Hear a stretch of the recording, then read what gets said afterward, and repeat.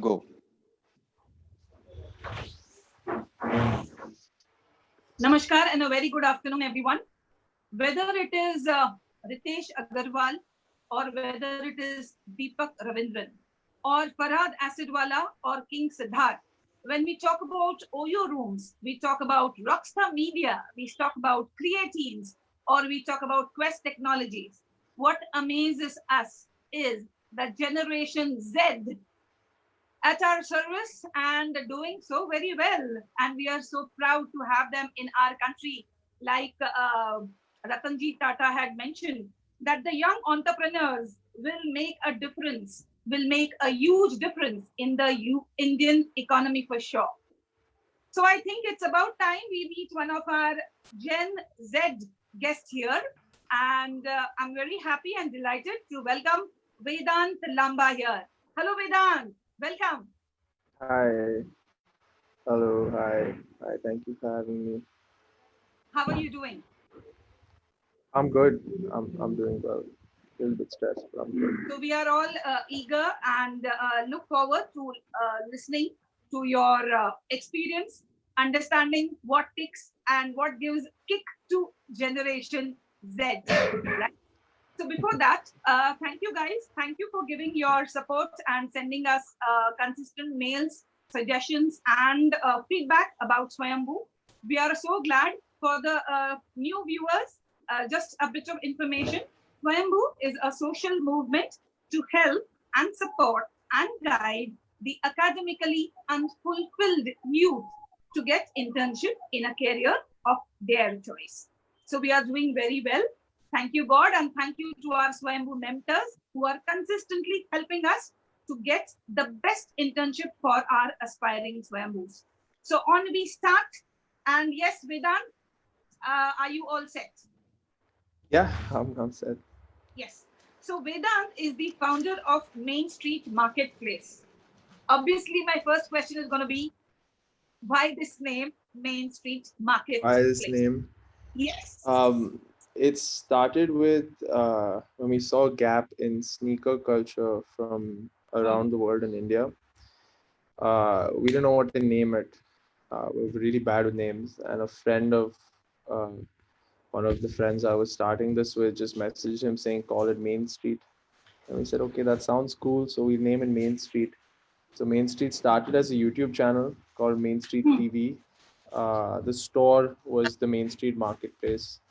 So there's two separate parts of what we do. And yeah, Marketplace just sounded nice with Main Street. So there was an alliteration there, and it worked. It sat with me. And like these things don't really matter as much long term. So it just went with it. How old are you, Vedant?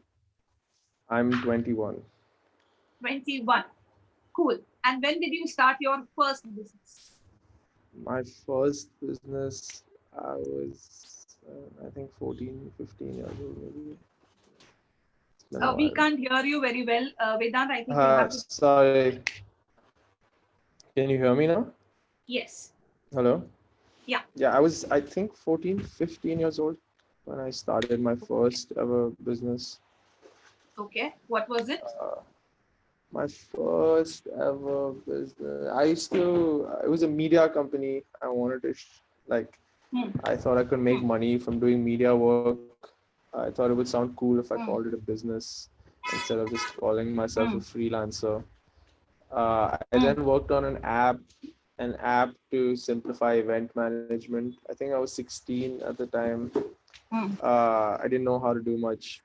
And then I went through up and down 14, 15 different businesses. And before I landed up on Main Street, I just started and stopped and started and stopped and started and stopped a ton of things.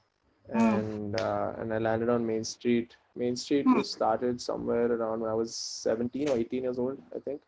I think I was 17 or 18 when the idea came. And then it developed and it launched as a YouTube channel 2017 December. So I was 18 years old then. It became a real business only when I was about 19 or 20.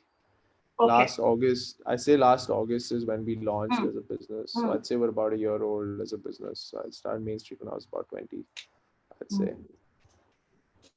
So when you started this business idea on sneakers, so are you very fond of sneakers or are you fond of business? For me, it's more about the business. I liked sneakers. I liked what I found out. I liked the industry that I came to learn about. But the opportunity of building this in India was much more exciting. Could you tell us something more about what business is all about? That was more of what I was intrigued by. But it's not like I don't care about sneakers. I think they're cool. Vedant, we can't hear you very clearly. Could you speak a little louder, please? Hello. Yeah, you need to speak a little louder. You're not very clear. Yeah, I think there's a bit of a lag with the internet connection. Oh God. Hello. Hello.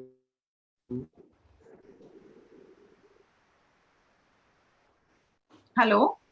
Yeah, I can hear you now. Yes. So maybe we could, if this happens again, maybe we could try with the video off and the audio on, something like that.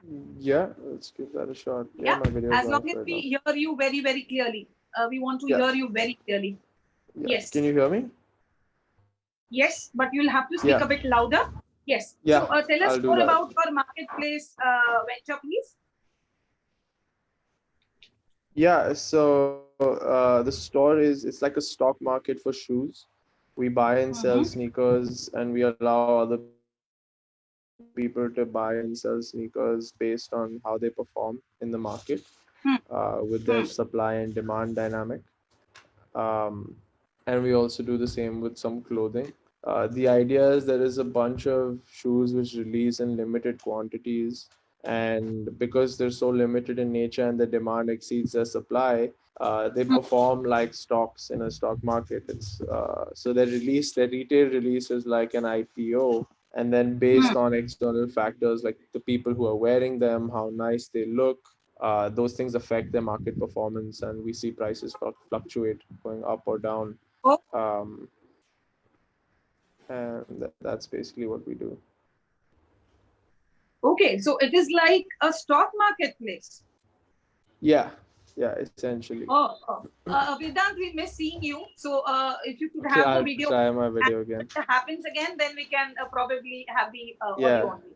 Right. Yeah, so you'll have to speak a bit louder because I think the voice is clear. Yes. Yeah.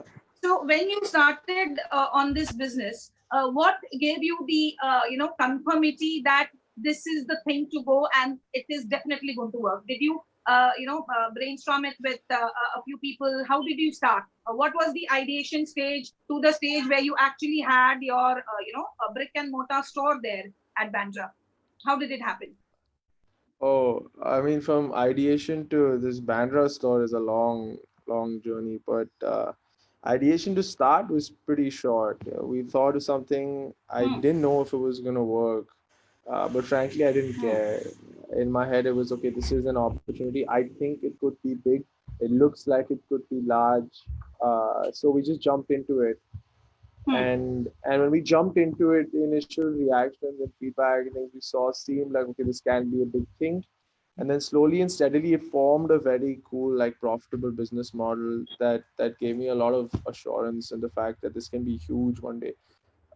There was a lot of times, a lot of signs that said that it couldn't work out and it wouldn't work out. And a lot of people said that it won't work and it can't be big. But I don't know, after a bit, I was very blindly faithful to this dream that I'd built around it. So I kept chasing it, and I mean, we're not really anywhere yet, but I guess I'm still blindly faithful to it, and I still feel like it can be big one day. I hope it will. I liked it when you said you are blindly faithful to your thought. So when you believe in something, you just want to make it happen. So tell me, what do you attribute your business sense to? I don't know how much of a business sense I have. I know that I'm passionate about it, and I know a lot of mm, it comes from my father and my mm, mother and my family in general. They've always been mm, very supportive and encouraging about anything that I wanted to do, and I've like I feel like when it comes to work, there is a taking decisions on business situation, B dealing with people, and each of these things I feel like I've learned a lot from both my parents. My dad, of course, he's taught about money and work and taking the right decisions when it comes to Vedant, business Vedant, and when we it comes to can't dealing with hear people. you quite well. Yeah, yeah. Hello, Vedant, you need to hello. speak a little louder. Yeah, Yeah, yeah, I'm sorry. I've been told I don't speak very loudly. Yeah, no, I was saying yeah. with work, I think what's helped me the most is A, taking the right decisions at the right time, and secondly, dealing with people. When it comes to taking the right decisions, I've learned a lot from my dad.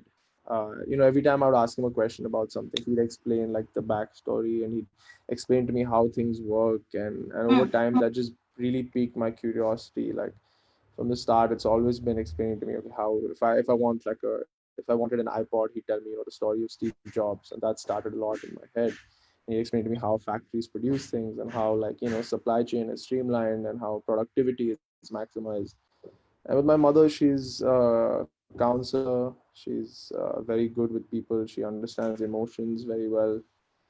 She's always taught me about how to read people and understand why they think the way they think and how they respond. So I feel like I'm very lucky to have grown up on learning these different attributes of business, and they seem to help me every day when it comes to interacting with people and just building work in general. Uh, and yeah, that's about it. I think it's just my parents. So you've got the two best pillars in your life who take care of your finance wisdom and the people skills, correct? Yes, yes, yes, Great, great. So your dad, you take the DNA of finance management, and from your mom, yes, you have taken people's management. So cool. So yes. you tell me, since Swayambhu is all about transforming the backbenchers to frontrunners, could you tell me who were you in your school days? A backbencher or a frontrunner? I think it changed with situation. Hmm. I loved participating in extracurricular activities, so whether it was sports or debate or any sort of activity that involved something fun, I was always there. I was a prefect and all of that. When it came to academics, I just didn't make a lot of sense to me. I was all right till like the fifth grade, I think. After a point where I realized that, oh shit, you don't actually have to study and go give an exam. And I was like, oh, Hmm. this doesn't really matter much. And I just stopped caring as much. I don't know if that Hmm. was a good thing necessarily, because I feel like I did miss out on learning quite a bit. Um, but beyond the point, I just didn't seem to like make any, like there was no logic behind memorizing something and writing it back in a paper. I felt like I wasn't learning much. I feel like it happened subconsciously, but I just like, if there was something where I saw value, I would chase it. Like if there was Hmm. a theory in math which seemed to, was that interested me and that seemed to translate into something with logic in the real world, Hmm. I'd love to Hmm. understand it and, do my best to learn as much as I could. Um, but when it came to marks Hmm. and memorizing things, I don't know, it just didn't make any sense to me. I don't think it's wrong. I think there's definitely, I don't think it was for me. Hmm. So I don't know whether I was backbencher or front.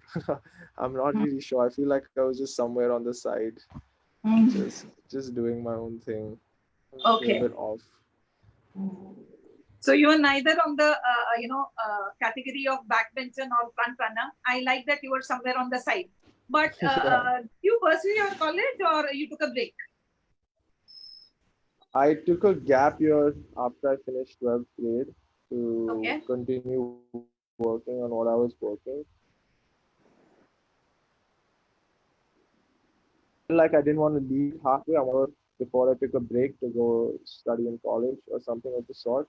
But work went off really well, and as that year came to an end, I felt like I still wasn't ready to let go, and it was just about developing into something real.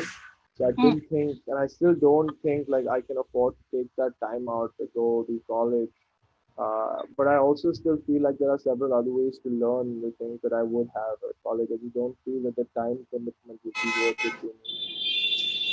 Okay, so when you took a drop from college, I'm sure you must have had quite a few people who are pulling you back to academics. So, what reinforced your idea of doing what you wanted? How did you ensure that you did not divert your attention to something else? Hello, are you there, Vedant?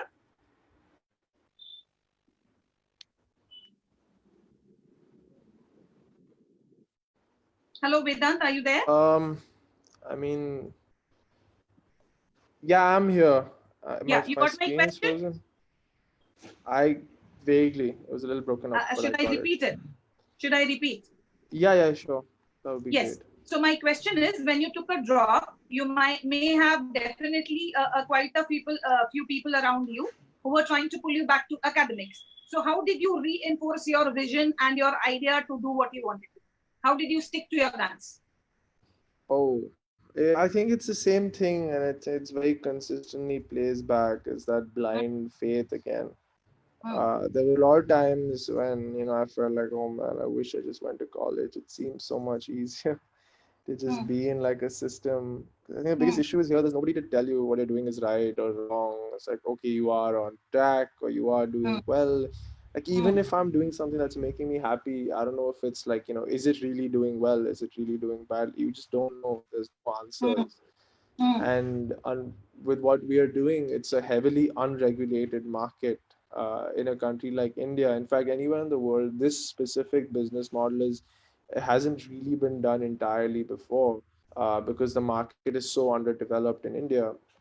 It's been really hard, but at the same time, I felt like that was one of our biggest strengths is that we were early in the market. So I didn't care as much about whether we were doing the right thing or not. I just wanted to know that we were moving and there was some sort of growth. And I felt like as long as I could see like where we wanted to be next, I just felt like it was important to continuously keep going no matter what it took. Um, and yeah, I think that was it. So what are the typical challenges you faced when you started this business? There were definitely teething problems. So how did you go about handling those challenges? Oh, we're still dealing with starting challenges. I don't even know how to specify. I feel there's so many. In our industry, it's an aftermarket, so supply chain is a problem. You can't just go to a brand and ask them that you want 1,000 shoes or 10,000 shoes. You need to be buying from individuals, so finding the right individuals, getting it at the right price, getting enough product, making sure it's authentic, accidentally passing fakes, and then finding customers, getting payments, taxes. There's all of this, and getting the right content out, building the brand, reaching people. Um, you know, there is constant like challenges. Building the right team. It's very hard to find people who understand what you're doing, believe in the vision. When you're a small business, it's very hard, especially when it's something. I don't want to be braggy when I say it's something new, but there's no way I can look to for reference and learn that okay, this is the kind of team that I need. I need one person to do this, one person to do this.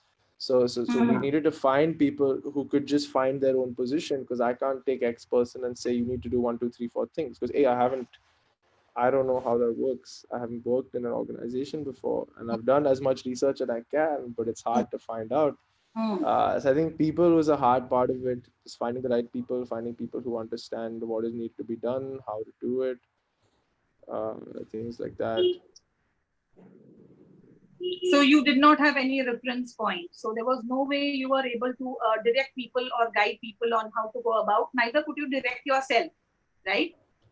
Yeah, yeah. It Correct. was it So was it was hard. basically just go with your intuition and go with your vision. Just play it by the ear every time. 100%. I don't know how much of a good thing that was, but hey, I'm here now, and I'm happy that we're still Are there alive. any regrets? Do you think that you could have started it in a different way, or you think this was the right way to do it? So when we started, we really didn't know anything about how to run a business and made a bunch of mistakes, but I have no regrets. 'Cause I feel like because we made those mistakes early on, I feel like we're way further ahead now. Like now I can look like, oh, I know I've made so many mistakes and I have those as reference. So I don't know what to do, but I know a lot of what not to do now because I've done it already several So, times over. so that is the attitude you have, that, every mistake is a learning for you. So what I does mean, failure mean yeah, to you, Nance? What does failure mean to you? at this point, I feel like it is my biggest hobby and passion. Ah, okay, that's new. just, Yeah, just, yeah. just done it so much. I feel like if you look back at my life, it looks like my biggest enthusiasm. I just love Hmm. failing at things. I just Hmm. feel like it's. I'm not scared of it. Hmm. I think after having done it so much, Hmm. it doesn't scare me for sure. Hmm. Uh, I've learned a lot from Hmm. various failures. Hmm. I think getting over that fear is really important. I think after reading a few books and understanding um, how important it is for a business to be able to be okay with putting out bad product and hearing criticism and hate and then reiterating from it, only so financially you can survive and deal with that growth. I learned after the value of the things we did in the past, after I read and understood the benefits of them. So I don't think there's anything. It's fine. I think failure is good. It means a lot to me. I think Very that's all I sweet. can say. That's very smart. So you never let your failures phase you. In fact, you think they are a good thing, right? Because you Yeah. learn from them. And that's a good attitude. Indeed, that's a very good attitude. So what makes Vedant very proud of himself? Uh, um, I think from the things that have happened so far, very often, like in the middle of like a work day, I would just stop and I'll look around. I'll see like there's a bunch of people here who are all doing something that was at one point an Hmm. idea in my head, Hmm. and they all care about it. And these are people who Hmm. are found after like Hmm. it's been hard to find them. And they're like, I think like finding people like this is like my greatest achievement. Not that there's plenty. I think it's one of the only things that we've actually. I think one of the only things that I can say I've achieved is I've found like a bunch of really cool people who have Hmm. managed to see a vision that I had and Hmm. have cared enough to take out time to participate and put effort into. And I don't know about pride, but it makes me very happy. It makes me very grateful to see that these people are here. Very nice that you are so grateful, so humble, and you haven't let your success go to your head. Way to go, Vedant. So you mentioned that you have learned your finance management skills from your father. But how good are you at money management? Because now the economy is now on a freeze kind of a mode. So at that point of time, you've started this outlet when people are busy shutting down their businesses. You have started a outlet in Bandra. For God's sake, what are you trying to prove, man? Yeah, yeah. So how did that No, happen? actually, How good are you no, at money management? Yeah. no, we were actually supposed to launch in March, and this is like a Hmm. dream of mine that's been cooking for 2 years. Is getting a store in Bombay, and I had it Hmm. slated for my 21st birthday, and we had Hmm. a really cool campaign lined up where we were giving away like 50 things at like stupid cheap prices, and there was going to be a lineup of like 100 people outside the store, Hmm. and I was Hmm. so excited, and my birthday coincidentally was the day lockdown hit. So Hmm. after we announced the campaign, we had to call it off, and then I just had an empty store that I was paying rent for a couple of months during lockdown. Hmm. But luckily during lockdown, like we had a lot of time to improvise and put time into sales. So we did scale. We Hmm. coincidentally we scaled 6 times over in revenue during lockdown. Woo! Hmm. And that's when it became like wow. Uh, Hmm. and then after a point, it was legal and everything was fine. And I was paying rent for the place. I just had to like we were like okay, let's just start. And we opened it up and it's been fine. To answer your question about money management, I don't know how good I am. I think I've made some pretty big mistakes when it comes to money also. But I think what I've got from my father is again an intuition about just striving the right direction. So although I'll make a lot of like stupid small mistakes, my innate mistakes go towards buying too many shoes. But shoes are inventory for me, and they add brand value to the business, and they appreciate in value, and they're all an investment. So although I overspend on buying shoes for the store, it's like a savings account that I'm forcing myself to put money into. So we run out of money every few days, but I know that it's towards growing our pool of product, and it's growing our fixed deposit account, as I call it, and it's all appreciating in value. So it's also making us more money over time. And we're just in the process of regulating this whole situation and putting it on paper and documenting the benefits and the appreciation that these sneakers bring us over time. So I think consciously my finance management is pretty bad, but subconsciously I think I've been pretty blessed uh, on on the things that I've learned over time. So that was well said when you mentioned that sneakers are actually like the stock. That is how you take it up as an analogy, correct? So it is said that when a person doesn't know where his next dollar is coming from, that means he doesn't know where he has invested his last dollar. So now this market analysis, since yours is actually like a stock market, so is there some market analysis you do before you actually buy your inventory? How do you go about? And please speak Of course. elaborate and loud. Okay, loud. Yes, I'm sorry. I Yeah. have issues with volume. Analysis right now, again, since it's such an unregulated market, there's not a lot of, Bain and Company putting out a fiscal report every year on what sneakers are performing how. There are a few websites internationally that track market performance for sneakers, but in a country like India is now forming its own supply demand dynamic. So for us, it's a lot about just keeping our ears very close to the ground, and hearing our consumers and customers and seeing what people want. And when you can see what people want over time, you can see patterns. And currently it's very intuition based still. Like, we look at a shoe and be like, okay, because of this story and because of this collaboration, or because in the past these colors have just worked with audiences and demand surges, we place our bets accordingly. And over time, a lot of our bets, they've paid off and we made good money.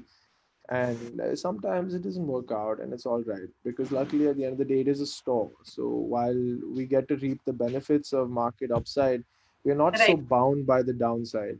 We have enough control over our distribution that we can overlook that downside market performance and still find the right customer from our base and manage to make that money, because product is so rare in India overall. And between being a fiscal market, this is also a consumer market. So using the right marketing and branding, we managed to also, take advantage of our distribution and overcome those mistakes. So when you mention about so many factors and elements that are essential to your work, tell me very honestly, what is your opinion on taking help or advice from people around you? Oh, that is how we do anything that we do. My first year in Bombay was just about that. It was while I was skid broke. I had no money, and that's not nothing to do with, like, my parents were very nice and they were very kind and supportive and they were always there. But I was very firm on the fact that if I had to learn anything in my time here, I'd have to learn to just make it myself. And if you don't have to struggle, then when are you gonna learn?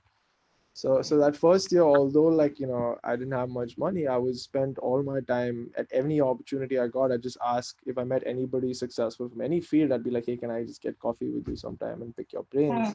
And I'd go to the office, I'd offer my help if I could in anything, and just get to spend time with them and learn a thing or two and run them by my plan and my goals and my vision.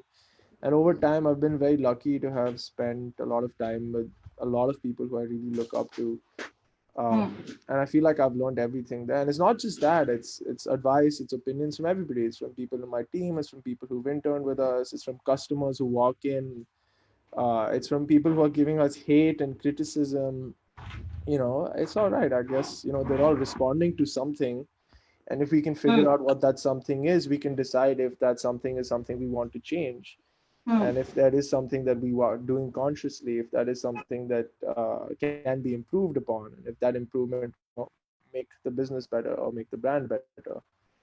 Um, and yeah, I think advice and help are key. I think that's been my entire education. It's been advice and help from people. I think there's no shame in asking for help from anybody. I think it's very important to be listening to everybody. Very, very sensible, Vedant. I like the way you mentioned that, you like when people respond, even when it is criticism, even when they have got something, not so good to talk about you. But he takes every response from his customer, from his team members, from his interns, whoever, from people around him, whatever comes across to him in terms of response, he takes it as an analysis to be better, right? Yeah, I guess so, yes. Yeah. I think you say it very, very humbly, but I think you're very clear on the idea that you have this hunger to learn from every person, because when you mentioned in your previous answer that there is no reference point for your business, you just try to take it from every person, your customer, on every people around you, on what's working and what's not, so that you don't have to waste time there, right? So that's a very smart move. So tell me something about your team, Vedant. My team is a bunch of interesting people from all over the country, all over the place. Everybody comes from different backgrounds and different spaces, and we all have. It's been built slowly and steadily, and it happens one at a time. And some people come and go, and there's some people who are here who just get it, and they just get the vision, and it's very. It's like family at this point. It's very important. I think people are like an organization's biggest asset, and it's very important to nurture and build those relationships. I've worked. I think this is one place where I can say I've worked really hard at building like my individual relationships with these people, and then having them build relationships with each other. And I think there are a bunch of incredible people, and like I'm really lucky and really grateful to have them around us. And yeah, that's my team. It's our team. So, as an entrepreneur, what are your strengths, Vedant? I don't know my strengths. My strengths, I would say. Give me 5 points. 5 points. Oh my God, this is a lot of pressure. I think I can think of one, and that is, I think perseverance, undeterred perseverance. I've come to realize it's very important, because when you need something, sometimes you're gonna get turned down, and it's very important to just be patient, and it's very important to not have an ego, and there's people who are going to need things from, and very often they're just not going to respond to you, but it's important to just stand there and continue smiling no matter how you get treated. I think that perseverance is key.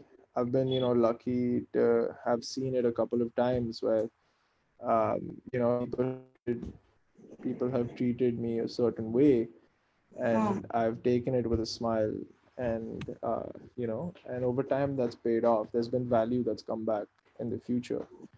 So I think perseverance is something that I don't know if it's a strength, but I've tried to be as perseverant as I can in several situations over time, and it's definitely paid off wherever I've managed to put the time in. So that's your one big point as a entrepreneur, right? I think so, yes. I think that's something. Because I think that one point has everything around it, right? Whether when you mentioned you continuously smiled when even people looked at you the other way, right? Or whether they did not respond or responded negatively, you understood that these are all learnings and you did not let anything phase you out. So I think that perseverance is what is your core and takes you forward. So great going, great going. So you must have definitely met friends of your age who are into business.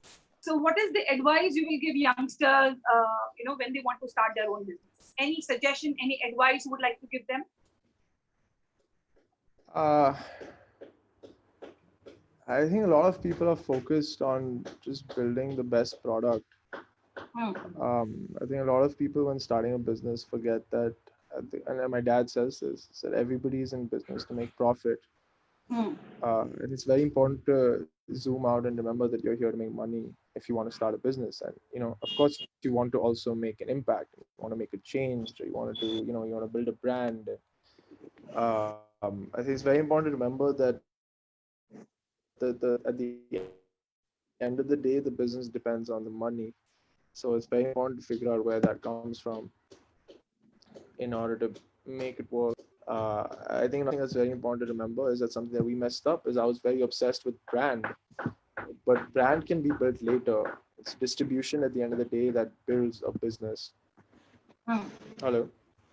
Yes, yes. You need to speak a little louder, but we can hear you. Yeah, sorry.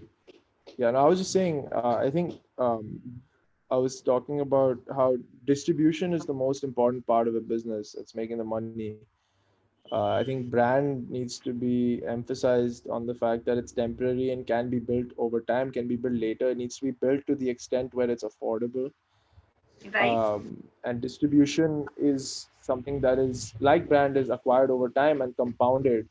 And I Hmm. just think it's not less or more important, but I think it's undervalued, and I think people don't place enough of an emphasis on how important distribution is to just sustainability and growth. It's all about distribution.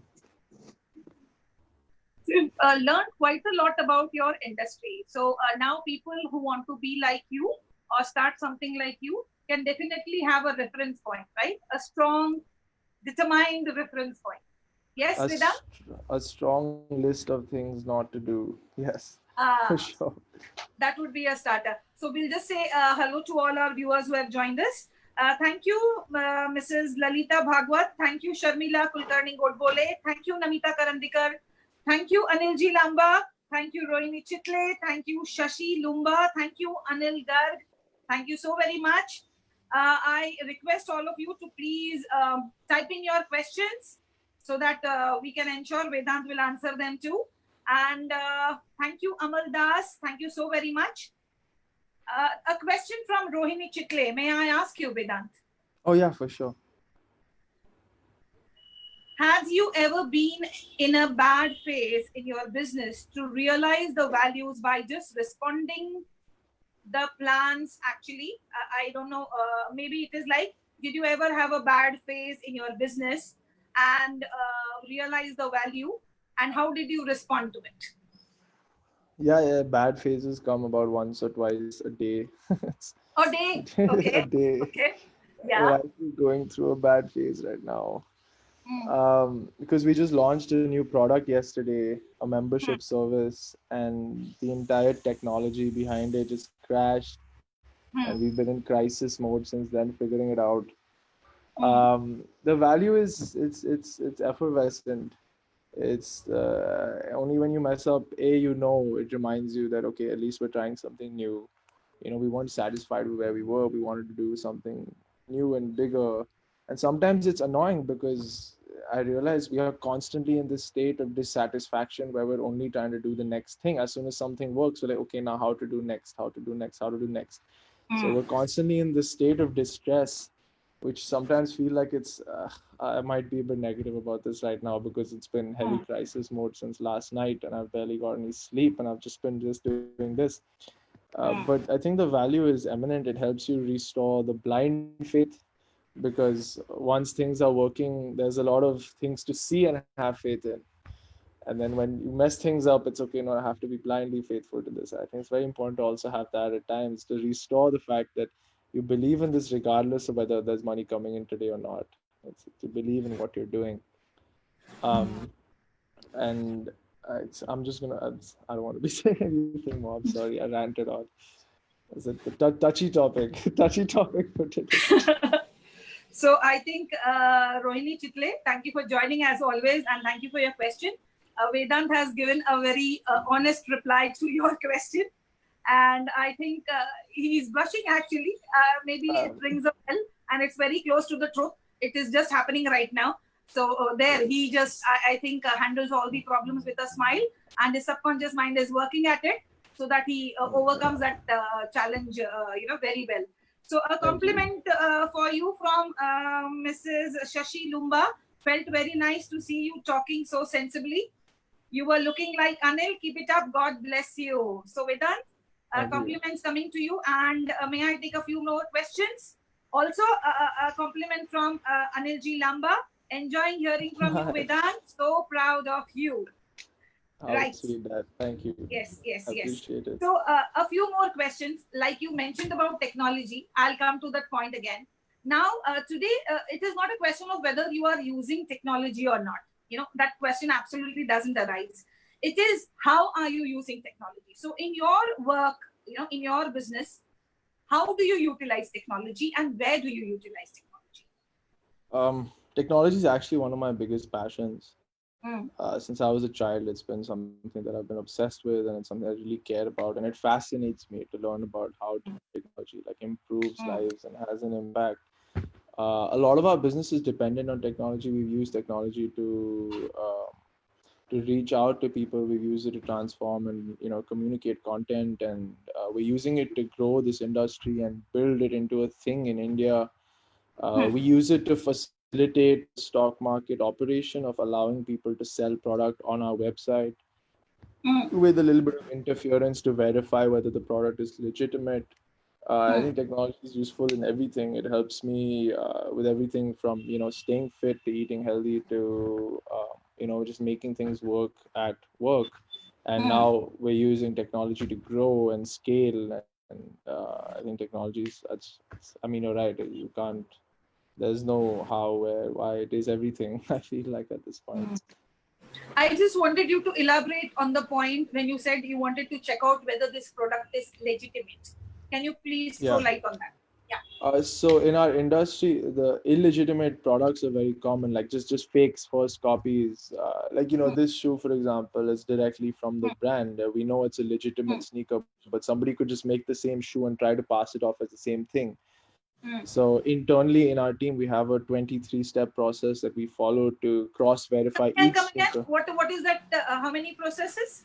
It's a 23-step process to verify whether a shoe is legitimate or not.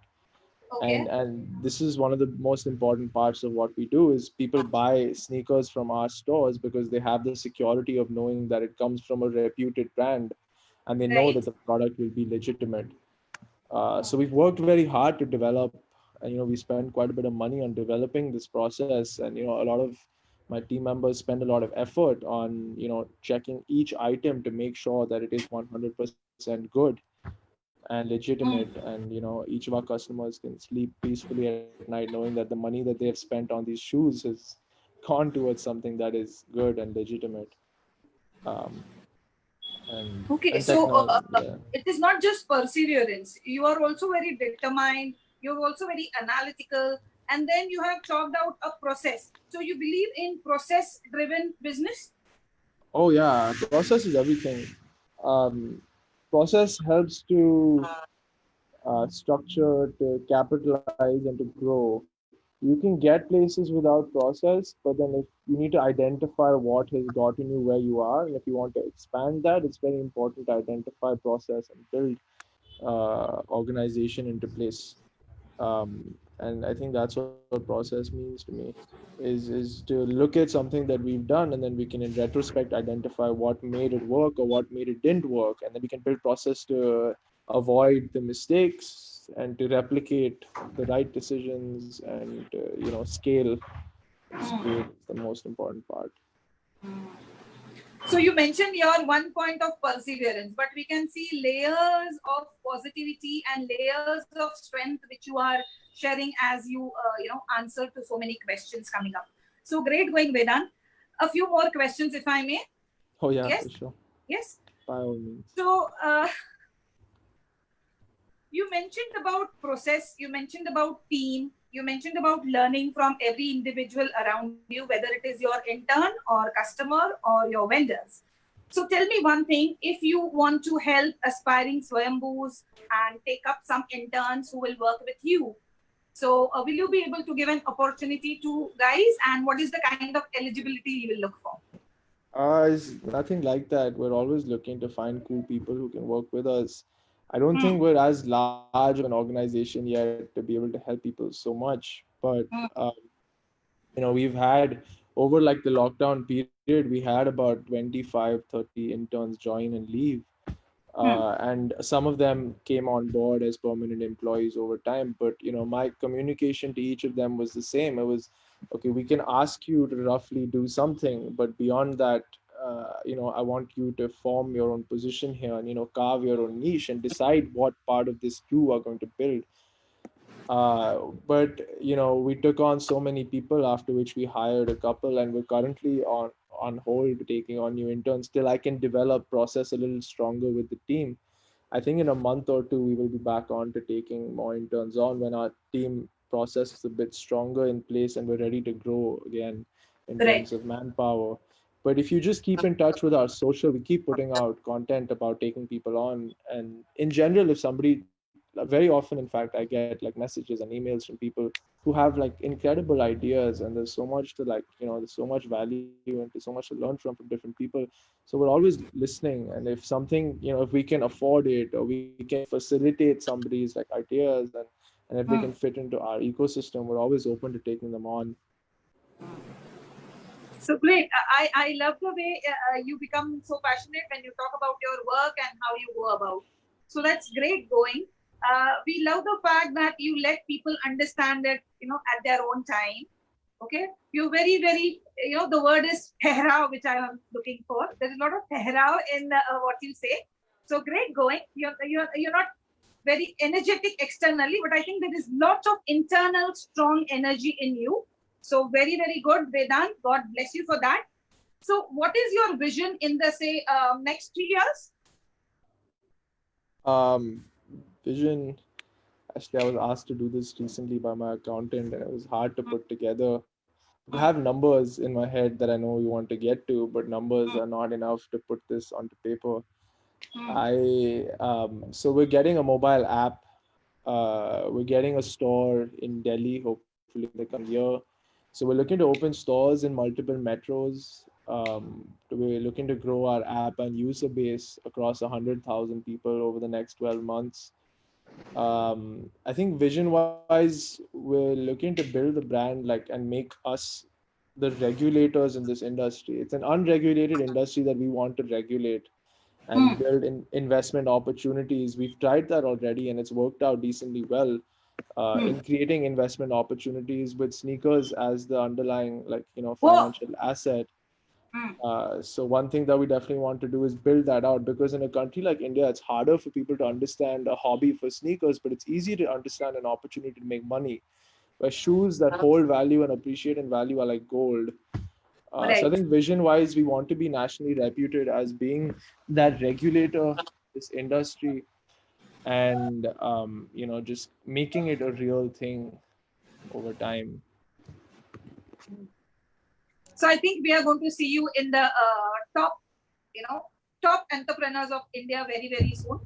So great going. I'm glad when you mentioned the vision, there were so many things you wanted to go on, because like I always think about it, that if you have a finish line, then you are not an entrepreneur. So here we have actually experience with Vedant, how it was to start business, understand bits and pieces, and consider failure as your friend. So that's a wonderful thing coming from Vedant. He's just 21 years old and he's a quite wise and sensible guy.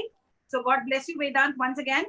And to every aspiring Swayambhu, if there is anything you wish to ask Vedant, do type in and mail us at swayambhu@gmail.com and keep us posted whether you would like to meet some more individuals.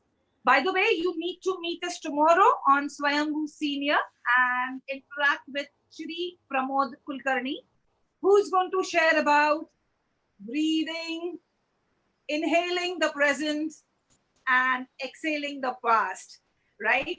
So I think please join us tomorrow at 4 and meet Swayambhu Senior. And I'm sure you must have enjoyed the session with Vedant here. Vedant, any inspiring message you would like to share with all the youngsters out there? I have no inspiring message to pass. So Thank you, as though. Thank you always, for we will. having me, and thank you for all the nice things you are saying about me. I appreciate Oh, it. I think when you mentioned that failures, you are open to failures. That was when we all started. We have become your fans already. So, right? So that's a wonderful way and to be an entrepreneur and a wonderful attitude. So God bless you and thank you for being a part of Swayambhu. Thank you. Everybody, stay connected and thank you for joining us and being with us today. Have a wonderful weekend and as always, Jai Hind. Jai. Thank you. See you guys.